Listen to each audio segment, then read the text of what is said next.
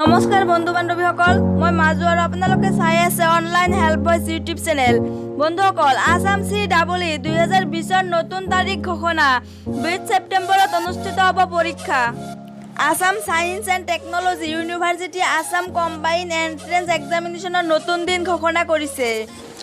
কৰোনাতংকৰ বাবে ইতিপূৰ্বে দুবাৰকৈ পিছুৱা আসাম CEE 2020 সন্দৰ্ভত 4 জুনত আসাম সায়েন্স এণ্ড টেকনলজি ইউনিভাৰ্চিটিয়ে NOASTU CEE 2020 6-7 PM3 নম্বৰৰ বিশেষ জাননীযোগে ঘোষণা কৰিছিল যে পৰীক্ষা 2 আগষ্টত অনুষ্ঠিত কৰা হ'ব।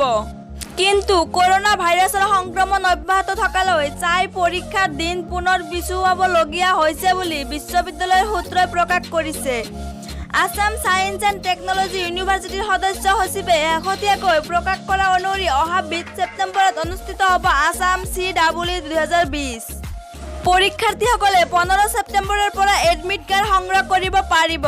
পৰীক্ষা অনুষ্ঠিত হ'ব দিনৰ 11 বজাৰ পৰা বিয়লি 2 বজালৈ। ফলাফল ঘোষণা কৰা হ'ব 30 ছেপ্টেম্বৰ অথবা তাৰ পূৰ্বে। শিক্ষাৰ্থী আৰু অভিভাৱকসকলে আসাম সায়েন্স এণ্ড টেকনলজি ইউনিভাৰ্চিটিৰ ৱেবছাইট www.astu.ac.in এই সম্পৰ্কীয় যাৱতীয় তথ্য লাভ কৰিবলৈ সক্ষম হ'ব। শিক্ষাৰ্থীসকলে অনলাইন লেনদেন সম্পৰ্কীয় তথ্যৰ বাবে 08472880277 নম্বৰত যোগাযোগ কৰিব পাৰিব বুলি আসাম সায়েন্স এণ্ড টেকনলজি ইউনিভাৰ্চিটিৰ সদস্য সচিবে প্ৰকাশ কৰিছে। বন্ধুসকল, 2 নম্বৰ খবৰটোৱে হৈছে মেট্ৰিক অনুতীৰ্ণলৈ নিৰ্দেশ। পুনৰ পৰীক্ষাত বহিবলৈ বিদ্যালয়ত নামভৰ্তি কৰিব লাগিব। সেৱাৰ পৰা আহিছে এক বিশেষ নিৰ্দেশনা। হাইস্কুল শিক্ষান্ত পৰীক্ষা আৰু হাই মাদ্ৰাছা পৰীক্ষাত অনুতীৰ্ণ শিক্ষাৰ্থীসকলে পৰীক্ষা দিব বিচাৰিলে পুনৰ বিদ্যালয়ত নামভৰ্তি কৰিব লাগিব। নিজ নিজ বিদ্যালয়তে নামভৰ্তি কৰিব লাগিব শিক্ষাৰ্থীসকলে। নামভৰ্তি কৰা মানে শিক্ষাৰ্থীসকলক নিয়মীয়া পৰীক্ষাৰ্থী ৰূপে গণ্য কৰা হ'ব। অসম মাধ্যমিক শিক্ষা পৰিষদে এক জাননীযোগে জাৰি কৰিছে এই নিৰ্দেশনা।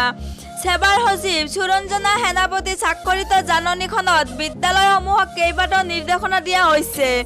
বিদ্যালয় খোলাৰ পিছত এমাহৰ ভিতৰতে অনুতীৰ্ণ শিক্ষাৰ্থীসকলে নামভৰ্তি কৰিব লাগিব।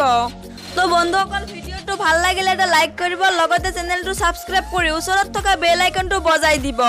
তো বন্ধুসকল, ভিডিঅ'টো শেষলৈ চোৱাৰ বাবে ধন্যবাদ।